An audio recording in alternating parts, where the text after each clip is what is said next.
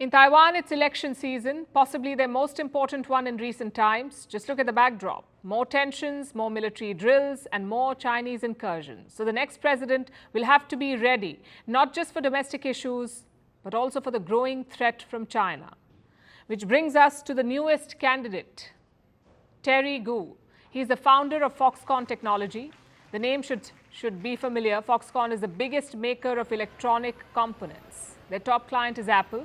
They make iPhones and iPads across the world. In fact, around 70% of all iPhones are made by Foxconn.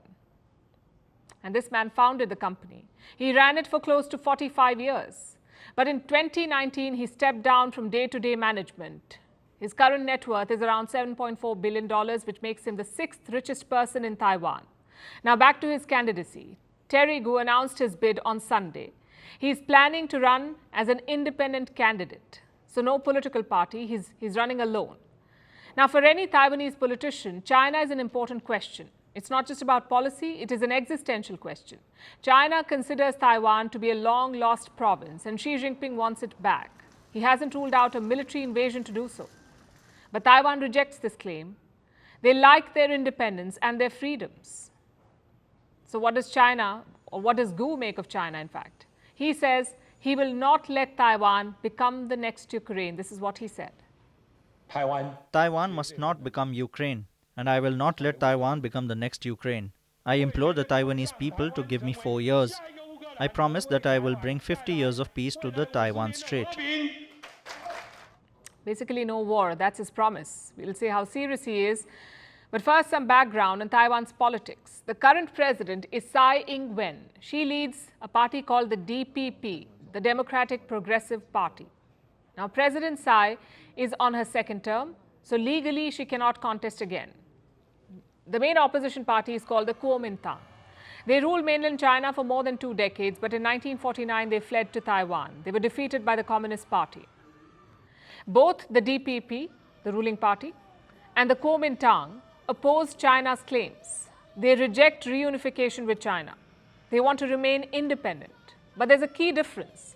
The Kuomintang prefers talks and appeasement. They say if China is a friend, they will not invade.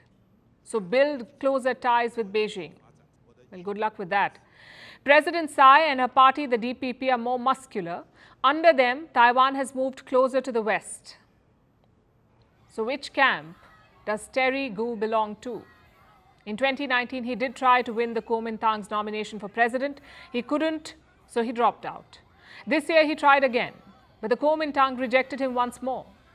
They chose the mayor of New Taipei City. So more failure, except this time, he's not giving up. Instead of dropping out, he's contesting as an independent.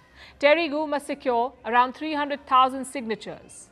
If he does so by the 2nd of November, he can contest. So what are his chances? Well, not very good at the moment. He is the 4th candidate for president. The other 3 are former or serving mayors. They are popular, they are political veterans, and they're backed by established parties. So Terry Gou's chances are slim. The front runner is this man, William Lai. He is the DPP's candidate for president. He's currently serving as Tsai Ing-wen's deputy. If he wins, it could be a seamless transition.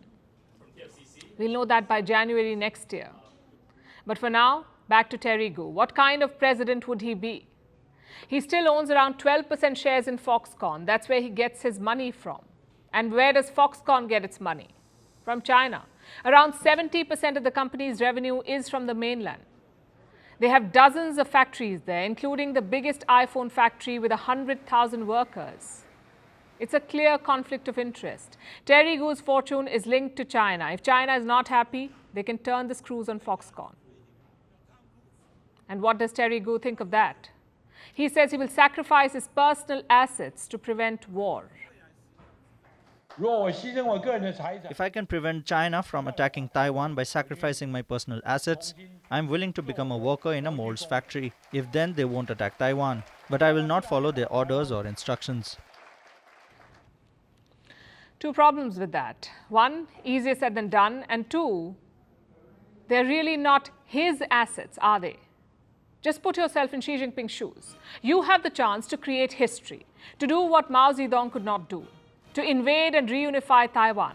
Would you pick that or a gadget manufacturing company? I think the answer is clear. You can't bribe China with Foxconn assets.